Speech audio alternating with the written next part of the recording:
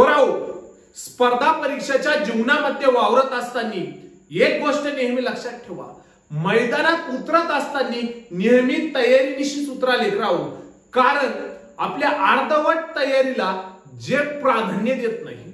तर विद्यार्थी मित्रांनो, मी एजी पाटील आपल्या सर्वांची आपल्या लाडक्या द एके अकॅडमीच्या प्लॅटफॉर्म वरती हृदयाच्या तळापासून स्वागत करीत आहे. विद्यार्थी मित्रांनो, आज आपण आपली टीसीएस आयबीपीएस पॅटर्न नुसार राज्य उत्पादन शुल्क म्हणू नका, तसेच इतर सरळ सेवा आणि सगळ्यात महत्त्वाचं तलाठी भरती या सर्व भरत्यांमध्ये मराठी व्याकरण या विषयामधील जो वर्ण विचार हा पहिला घटक आहे, त्यावरती महत्त्वाचे प्रश्न संच आपण इथे घेऊन आलो आहोत. पण त्याआधी ज्या लेकरांनी अजून आपला YouTube चॅनल सबस्क्राइब केलं नसेल ना, त्यांनी लवकरात लवकर ते सबस्क्राइब करून घ्या. कारण पुढील व्हिडिओ आपल्याकडे टपाटप मिळत जातील. मी तुम्हाला सांगितले दररोज संध्याकाळी आपण प्रश्न संचाचं एकतरी व्हिडिओ तिथे अपलोड करत जाणार आहे. चला मग वेळ वाया न घालता आपण आपल्या लेक्चरला सुरुवात करूया. तर विद्यार्थी मित्रांनो, मराठी वर्णमालेतील पहिला जो क्वेश्चन आहे आपला मराठी व्याकरणाचा, तो क्वेश्चन काय सांगतोय बघा. मराठी व्याकरणाचा आपला पहिलाच क्वेश्चन काय आहे ते लक्षात घ्या लेकराओ. मराठी व्याकरणावरती आपला पहिलाच प्रश्न इथे आपल्याला बघायला मिळतो. काय, मराठी वर्णमालेमध्ये एकूण किती स्वर आहेत? जर आपण मराठी वर्णमालेचा विचार केला लेकराओ, तर मराठी वर्णमालेमध्ये परंपरागत 48 वर्णांचा तिथे समावेश होतो. त्याला आपण प्राचीन वर्ण असे सुद्धा म्हणतो. मराठी वर्णमालेमध्ये आधुनिक 52 वर्णांचा समावेश होतो लेकराओ. मराठी वर्णमालेमध्ये आधुनिक वर्ण किती आहेत? 52 आहेत. मराठी वर्णमालेत आधुनिक 52 वर्णांचा समावेश होतो. त्याचे परत 3 भाग पडतात लेकराओ. मराठी वर्णमालेतील आधुनिक वर्णांचे पुन्हा 3 भाग पडले. त्यापैकी पहिला जो भाग आहे त्याला म्हणायचं लका स्वर, दुसरा जो भाग आहे त्याला म्हणायचं लका स्वरादी, आणि तिसरा जो भाग आहे त्याला म्हणायचं लका व्यंजन. त्याला काय म्हणायचं लका? व्यंजने. त्याला काय म्हणायचं? व्यंजने. मराठी व्याकरणात 52 वर्णांचा समावेश होतोय. तुला जर विचारलं मराठी व्याकरणात एकूण वर्ण किती? 52. पारंपरिक वर्ण किती? 48. आधुनिक वर्ण किती आहेत? 52 आहेत. नवीन वर्ण किती आहेत? 4 आहेत. तर यापैकी 52 वर्णांचे परत किती भाग केले आपण? 3 भाग केले. त्यापैकी पहिला जो भाग आहे लका, पहिला जो भाग आहे त्याला म्हणायचं स्वर. पहिला जो भाग आहे त्याला काय म्हणायचं? स्वर. मराठी वर्णमालेत एकूण लेखाओ जुने स्वर 12 होते. पारंपरिक स्वर किती होते? 12 होते. मराठी वर्णमालेत पारंपरिक स्वर किती होते? 12 होते. बाबा 12 तेव्हा होते. आज रोजी मराठी वर्णमालेत किती स्वर आहेत लका असं जर विचारलं तर बघूया, आज रोजी 12 मध्ये आणखी 2 ऍड झाले, म्हणजे आज रोजी एकूण किती झाले? 14 स्वरांचा समावेश झाला लका. आज रोजी किती आहेत? 14 आहेत. बघूया, मराठी व्याकरणात 2 स्वरादी आहेत, त्यांचं नाव आणि आ आहे. अनुस्वर आणि विसर्ग आपण त्याला म्हणतो. आणि मराठी व्याकरणात 34 अधिक 2 संयुक्त असे 36 व्यंजन आहेत. 34 अधिक किती? 2. क्ष आणि ज्ञ. हे 2 कोणते? क्ष आणि ज्ञ. क्ष आणि ज्ञ. अशा पद्धतीने आपली मराठी वर्णमाला आहे. हे याला आपण संयुक्त व्यंजन असे म्हणतो. काय म्हणतो बाबा? संयुक्त व्यंजन असे म्हणतो. याला आपण संयुक्त व्यंजन असे म्हणतो बाबा. काय म्हणतोय? संयुक्त व्यंजने असे म्हणतो. या पद्धतीने मराठी वर्णमालेत आपल्याला काय वर्ण बघायला भेटतात. आपल्याला इथं काय क्वेश्चन विचारलेला का? इथे क्वेश्चन एवढाच विचारलाय, मराठी वर्णमालेमध्ये एकूण किती स्वर आहेत? मराठी वर्णमालेत किती स्वर सापडलेत? आपल्याला एकूण 14 स्वर सापडलेत. तर आपला ऑप्शन क्रमांक किती आहे? 2 इथे उत्तर आहे. मराठी वर्णमालेत एकूण 14 स्वर आहेत. त्यानंतरला सगळ्यात महत्त्वाची गोष्ट विद्यार्थी मित्रांनो, आपण आजच आपल्या द एके अकॅडमीच्या ऍप वरती, प्ले स्टोअरला ही ऍप मिळते आपल्याला. त्या ऍप वरती हा आपला लोगो आहे. या द एके अकॅडमीच्या ऍप वरती आपण तलाठी भरतीचा एक कोर्स लॉन्च केलेला आहे. यो तलाठी भरतीचा कोर्स आपल्याला पूर्णपणे मराठी ग्रामर, गणित बुद्धिमत्ता, सामान्य ज्ञान आणि इंग्रजी ग्रामर यो सगळा सिलेबस तुमचा तिथे कव्हर केला जाईल. आणि हा संपूर्ण कोर्स 1 वर्षाची व्हॅलिडिटी आपल्याला तिथे दिलेली आहे. किती वर्षाची? 1 वर्षाची व्हॅलिडिटी आपण तिथे दिलेली आहे आणि हा संपूर्ण कोर्स याची ऍक्च्युअल फी 3000 रुपये होती, पण पहिल्या 100 विद्यार्थ्यांसाठी आपण 50% ऑफ देऊन 1500 रुपयामध्ये हा संपूर्ण कोर्स तिथे लॉन्च केलेला आहे। ज्या विद्यार्थी मित्रांना हा कोर्स खरेदी करायचा आहे त्यांनी द एके अकॅडमीची ऍप डाउनलोड करा, त्यावरती तुम्हाला हा कोर्स भेटेल, तिथून तो कोर्स तुम्ही खरेदी करू शकता। सगळ्यात महत्त्वाची काही अडचण असेल तर माझा मोबाईल नंबर आहे 9370706679 या नंबरवरती देखील तुम्ही मला कॉन्टॅक्ट करू शकता। सर्वात कमी फी मध्ये सर्वात उत्तम दर्जाचा कोर्स आपण लॉन्च केलेला आहे, त्यामध्ये एके सर स्वतः आहेत, प्रनिल सर आहेत, तुमचं मास्तर पाटील मास्तर देखील तिथे बघायला भेटते। आम्ही तिघांनी मिळून उत्तम दर्जाचा असा कोर्स हा लॉन्च केलेला आहे। विद्यार्थी मित्रांनो 100% तुम्हाला त्याचा फायदा तिथे होणार आहे। चला त्यानंतरला राज्य उत्पादन शुल्क भरती, राज्य उत्पादन शुल्क भरतीचा देखील आपण कोर्स लॉन्च केलेला आहे। आता राज्य उत्पादन शुल्क भरती म्हटल्यानंतर आपल्याला 10वीच्या सिलेबस पर्यंतच टायटल लावलेला आहे, पण राज्य उत्पादन शुल्क भरतीचा देखील आपण कोर्स लॉन्च केलेला आहे। या कोर्सची ऍक्च्युअल फी आपली होती 2000 रुपये, यावरती आपण 50% ऑफ देऊन तो कोर्स 1000 रुपयात उपलब्ध केला। परंतु जे विद्यार्थी मित्र आपले लाडके एके सर यांचा कूपन कोड वापरतील त्यांना तो फक्त आणि फक्त 700 रुपयामध्ये 1 वर्षाच्या कालावधीसाठी हा कोर्स उपलब्ध होणार आहे। द एके अकॅडमीची ऍप डाउनलोड करायची, आपल्या ऍप वरती लोगो हा आपल्याला दिसतो द एके अकॅडमीचा लोगो, ती ऍप डाउनलोड करून तुम्ही दोन्ही पैकी कोणताही कोर्स तुम्ही खरेदी करू शकता। पण लक्षात ठेवा राज्य उत्पादन शुल्क भरतीचा कोर्स 12वी जास्तीत जास्त 12वीच्या लेवल पर्यंत आहे, पण तलाठी भरतीचा कोर्स हा तुम्हाला 15वीच्या लेवल पर्यंत आहे। जे विद्यार्थी मित्र तलाठी भरतीचा कोर्स खरेदी करतील त्यांना सरळ सेवेच्या सर्व आपण म्हणू शकतो पेपर तिथे देता येतील, म्हणजे त्यामध्ये तुम्ही ग्रामसेवक म्हणू नका, त्यानंतरला राज्य उत्पादन शुल्क म्हणू नका, पोलीस भरतीचा देखील सिलेबस तिथे कव्हर झालेला आहे। त्या तेवढाच नव्हे तर एमपीएससीचा संयुक्त गट ब चा व क चा सुद्धा सिलेबस तिथे कव्हर होतोय। ओके, त्यामुळे हा कोर्स आपल्यासाठी खूप महत्त्वाचा आहे। चला त्यानंतर 2 नंबरचा आपला क्वेश्चन आहे, मराठी भाषेत एकूण व्यंजन किती आहेत?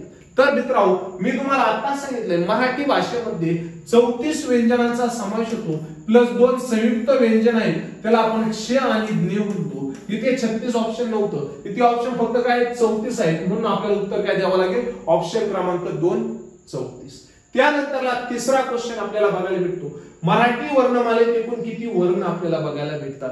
तर बघूया मराठी वर्णमालेमध्ये सुरुवातीला किती 48 वर्ण होते, सध्या किती वर्ण आहेत? 52 वर्ण आहेत। याला आपण आधुनिक वर्ण असे म्हणतो, आधुनिक वर्ण असे म्हणतो। मराठी वर्णमालेत आधुनिक वर्ण किती आहेत? 52 आहेत। आणि मराठी वर्णमालेमध्ये पारंपरिक वर्ण जर विचारले तर किती आहेत? पारंपरिक वर्ण 48 आहे। आणि जर तुला हयात वर्ण विचारले मराठी वर्णमालेत हयात वर्णांची संख्या किती, तर आपलं उत्तर काय आहे? 60 वर्ण मराठी वर्णमालेमध्ये हयात आहेत।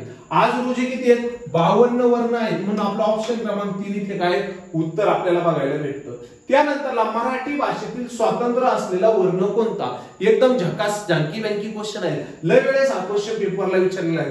मराठी भाषेतील स्वातंत्र्य असलेला वर्ण कोणता? बघूया मराठी भाषेमध्ये ळ नावाचा जो वर्ण आहे, या ळ नावाच्या वर्णाला ना गर्लफ्रेंड आहे, ना बायको आहे भाऊ, ना घरका ना घाटका आहे, कोण ळ, म्हणून याला आपण ळ या वर्णाला आपण मराठी भाषेमध्ये स्वातंत्र्य वर्ण असे म्हणतो। याला गर्लफ्रेंड नाही बाबा आणि याला बायकोही नाही, स्वातंत्र्य आहे, एकटा आहे, अकेला आहे मिस्टर खिलाडी, कोण ळ, म्हणून याला काय म्हणायचं? स्वातंत्र्य वर्ण म्हणायचं। मराठी भाषेतला काय स्वातंत्र्य वर्ण आपल्याला ळ बघायला भेटतो। त्यानंतरला ह चा जर आपण विचार केला तर हा मराठी भाषेतील सर्वात मोठा महाप्राण म्हणून आपण ओळखतो। सर्वात मोठा महाप्राण कोणता आहे? ह आहे। सर्वात मोठा महाप्राण काय आहे? ह आहे, ते लक्षात ठेवा। त्यानंतरला खालीलपैकी टिप्पणी बा संयुक्त स्वर आहेत। बाब्या मराठी वर्णमालेमध्ये संयुक्त स्वर किती आहेत हे लक्षात ठेव। मराठी वर्णमालेमध्ये संयुक्त स्वर आणि संयुक्त व्यंजन वेगवेगळे आहेत। संयुक्त व्यंजन बाजूला लिहून ठेवतो आणि संयुक्त स्वर बाजूला घेतो। मराठी वर्णमालेमध्ये संयुक्त स्वरांचा जर विचार केला तर मराठी वर्णमालेमध्ये 4 संयुक्त स्वर बघायला भेटतात। संयुक्त व्यंजनांचा विचार केला तर 2 संयुक्त व्यंजन बघायला भेटतात। संयुक्त स्वर म्हणजे काय? 2 स्वरांपासून तयार झालेला जो स्वर असेल त्याला संयुक्त स्वर असे म्हणतात। दोन स्वरांपासून तयार झालेला जो स्वर असेल त्याला संयुक्त स्वर असे म्हणतात. संयुक्त स्वर किती आहेत? 4 आहे. कोणते कोणते बघ, यडक्याचा ओ ऐका ना पिंकीचे पप्पा, आओ ऐका ना पिंकीचे पप्पा, येतं ना साखर आणा की जरा.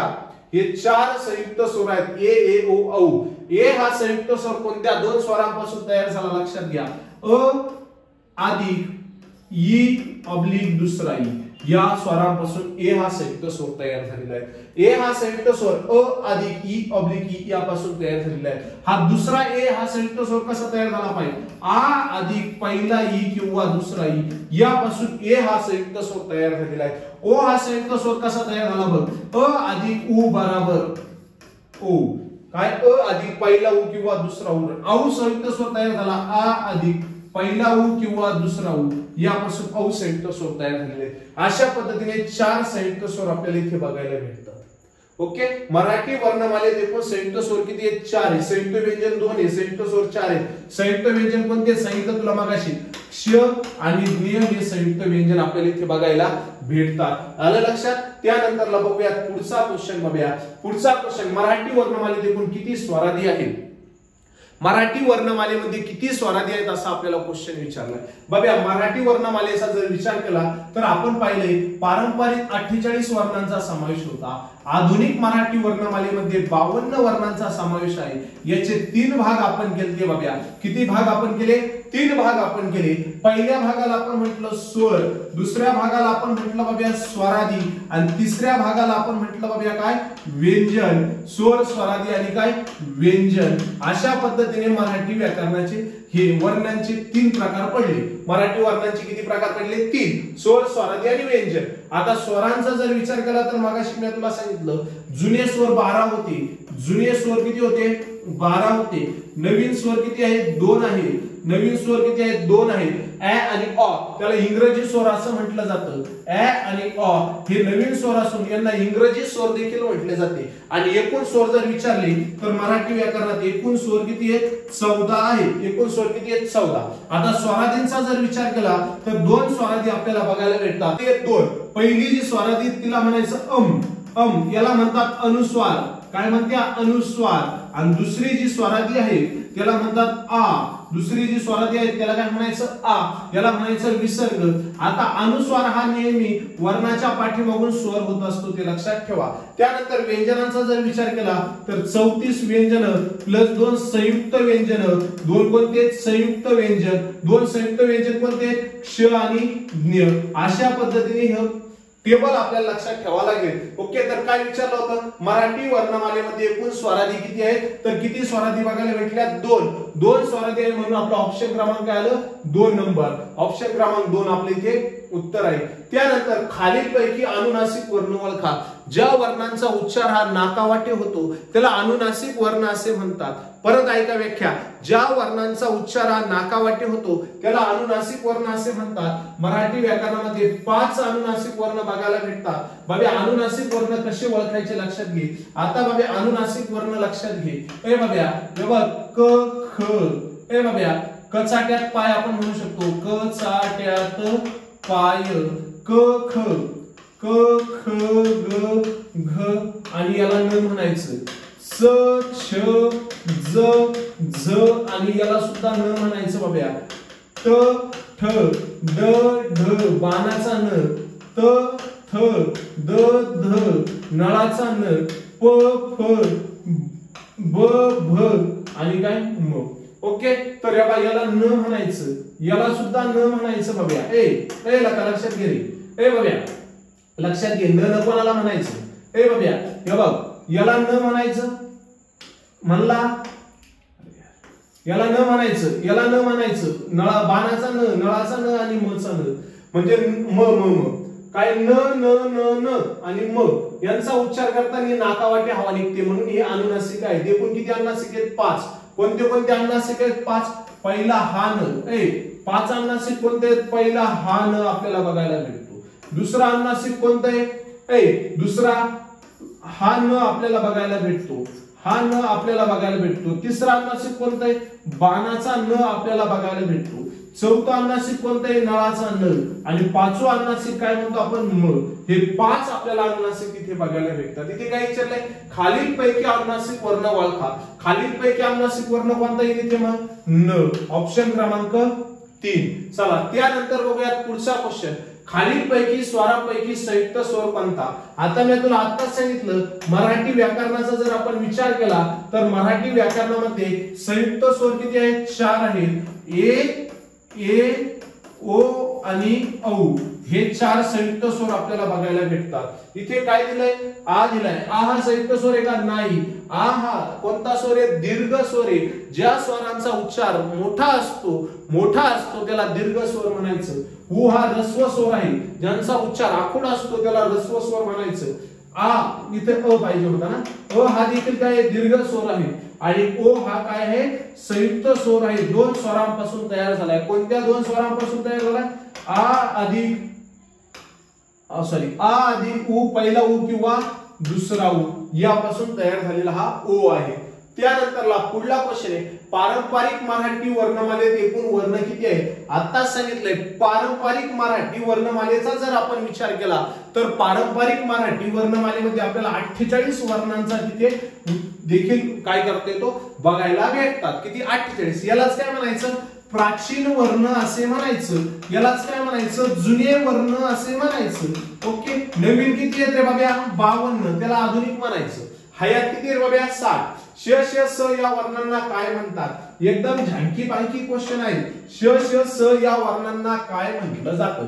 बाबा आता लक्षात घे, बारीक बारीक गोष्टी तुला इथे लक्षात ठेवावं लागेल. श श स या वर्णांना काय म्हणतात?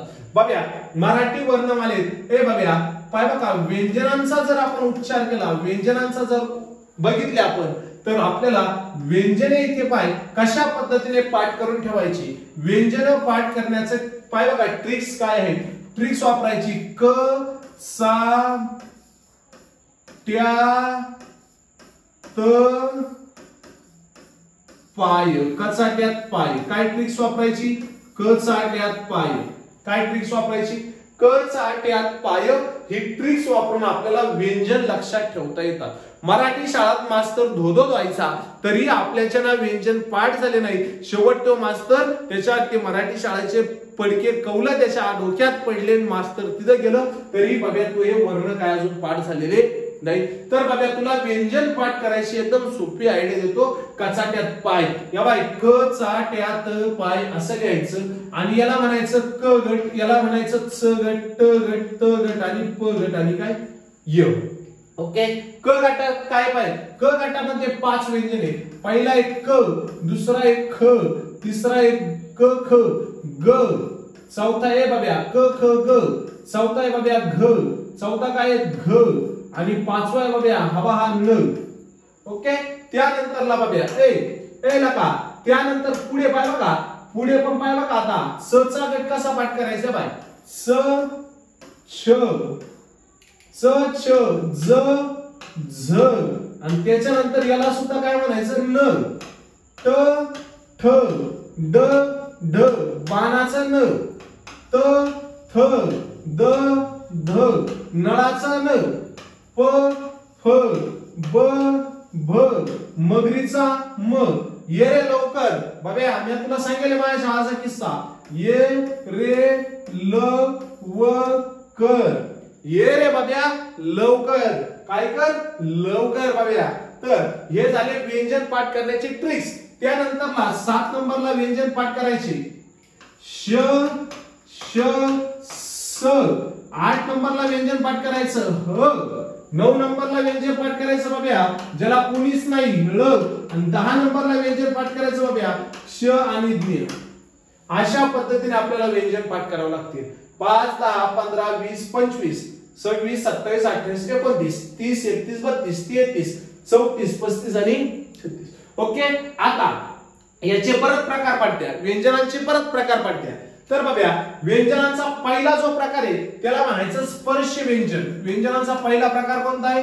स्पर्श व्यंजन. ज्या व्यंजनांचा उच्चार करताना जिभेचा स्पर्श इतर कोणत्या तरी अवयवाला होत असेल त्याला स्पर्श व्यंजन म्हणायचं. मराठी व्याकरणामध्ये एकूण 25 स्पर्श व्यंजन आपल्याला बघायला भेटतात. ते कुठून? तर बघा 25 स्पर्श व्यंजन कोणती? मराठी व्याकरणातील 25 स्पर्श व्यंजन कोणती? तर बघा 25 स्पर्श व्यंजन कोणते? तर हा क गट आहे. यो कोणता गट आहे? क. या क गटापासून तर प गटापर्यंत म्हणजे म पर्यंत आपल्याला स्पर्श व्यंजन बघायला भेटतात. क गटापासून ते प गटापर्यंत, क गटापासून ते प गटापर्यंत स्पर्श व्यंजन आहेत. क या व्यंजनापासून ते म या व्यंजनापर्यंत स्पर्श व्यंजन आहेत. स्पर्श व्यंजनचे परत 3 प्रकार पडले. स्पर्श व्यंजनचे परत 3 प्रकार पडले. पहिला आहे कठोर स्पर्श व्यंजन. कठोर स्पर्श व्यंजन हे जे 10 व्यंजन आहेत ना ते कठोर स्पर्श व्यंजन आहेत. क ख च च ट ठ त थ प फ कठोर उच्चार आहे. त्याच्यानंतर मृदू स्पर्श व्यंजन याला काय म्हणायचं? कठोर म्हणायचं. याला काय म्हणायचं? मृदू म्हणायचं. ग ग ज ज ड ड त द ध ब ब आणि याला काय म्हणायचं? अनुनासिक म्हणायचं. अनुनासिक स्पर्श व्यंजन न न न म. ओके, हे परत किती कठोर आपल्या स्पर्श व्यंजनाचे 3 प्रकार पडले. त्याच्यानंतर य र ल आणि व हे 4 जे व्यंजन आहेत य र ल आणि व या व्यंजनांचा उच्चार हा स्वरासारखा होतो. कोणासारखा होतो? स्वरासारखा होतो. म्हणून याला काय म्हणायचं? अर्ध स्वर म्हणायचं. अर्ध स्वर असे म्हणतात. काय म्हणतात? अर्ध स्वर असे म्हणतात. य र ल व काय आहे? अर्ध स्वर आहे. आता जर आपण श श स यांचा उच्चार केला तर म्हण बरं श श स. म्हण बरं श श स. श श स म्हणत असताना आपल्या शरीरातून जास्त एनर्जी बाहेर पडते. जास्त एनर्जी तिथे खर्च होते. मोठ्या प्रमाणात हवा बाहेर निघते. म्हणून त्याला काय म्हणायचं? उष्मे व्यंजन असे म्हणायचे. काय म्हणायचे? उष्मे व्यंजन असे म्हणायचे. ह हा काय आहे? महाप्राण आहे. सर्वात मोठा महाप्राण कोणता आहे? ह आहे. त्याच्यानंतर ळ हा काय आहे? स्वतंत्र आहे. सांगितलं आता ळ स्वतंत्र आहे. बायको नाही, गर्लफ्रेंड नाही. क्ष आणि ज्ञ काय आहे? संयुक्त आहे. क्ष आणि ज्ञ काय आहे? संयुक्त आहे. काय आहे? संयुक्त आहे. संयुक्त व्यंजन. अशा पद्धतीने व्यंजनांचे प्रकार पडतात बघा. हे लक्षात ठेवा.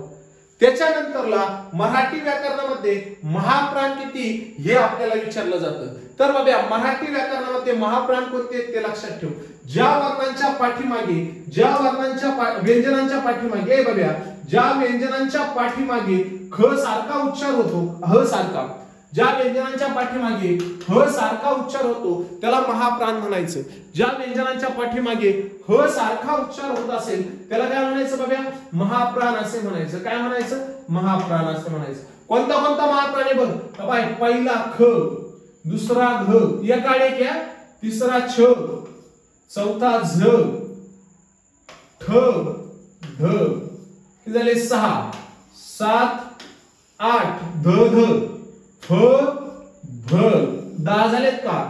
त्याच्यानंतर सर्व उष्मे व्यंजन हे महाप्राण आहे. सर्व उष्मे व्यंजन हे काय आहे? महाप्राण आहे. किती झाले? 13 झाले का? आणि शेवटचा सर्वात मोठा महाप्राण कोणता? ह. अशी किती? 14 महाप्राण आपल्याला इथे बघायला भेटतात. ओके, राहील लक्षात या पद्धतीत. हे सगळं आपल्याला लक्षात घ्यायचं, बारीक बारीक अभ्यास करायचा आणि हे सर्व आपण आपल्या लेक्चर मध्ये शिकवलेलं आहे. इथे काय विचारलं होतं? श श स या वर्णांना काय म्हणतात? काय म्हटलं रे? श श स या वर्णांना उष्मे व्यंजन म्हटलं. का उष्मे व्यंजन म्हटलं? कारण त्यांचा उच्चार करताना आपल्या शरीरातून हवा मोठ्या प्रमाणात काय झाली? बाहेर आली. म्हणून त्याला काय म्हणायचं? उष्मे व्यंजन असे म्हणायचं. ऑप्शन क्रमांक 1. त्यानंतर पुढचा क्वेश्चन आहे, ए हा स्वर कोणत्या प्रकारात मोडतो? मी तुला सांगितलंय 4 स्वर संयुक्त स्वर आहेत. 4 स्वर संयुक्त स्वर आहेत. मग हा ए कुठे आला? तर हा संयुक्त स्वरामध्ये आला. कुठे आला? संयुक्त स्वरामध्ये आला. खालीलपैकी कोणता वर्ण स्वर आहे? खालीलपैकी कोणता वर्ण स्वर आहे? आता आपण इकडे व्यंजन बघितले एवढे. याच्यामध्ये आपल्याला उचा कुठे उल्लेख आला का? उचा नाही. म्हणून उ हा काय आहे? इथे स्वर आहे. उ हा काय आहे? स्वर आहे. ऑप्शन क्रमांक 3. उ हा काय आहे? स्वर आहे. ते लक्षात ठेवा. क या व्यंजनाचा या कोणत्या प्रकारचा वर्ण आहे? म्हणजे आपल्याला परत व्यंजनांचे आपण काय म्हणतो? वर्णांचे प्रकार पडले उच्चारानुसार. कंठे, मृद, अनुनासिक या पद्धती. कंठे म्हणजे काय? कंठापासून ज्यांचा उच्चार होतो त्याला कंठे म्हणायचं. ओष्ठे म्हणजे काय?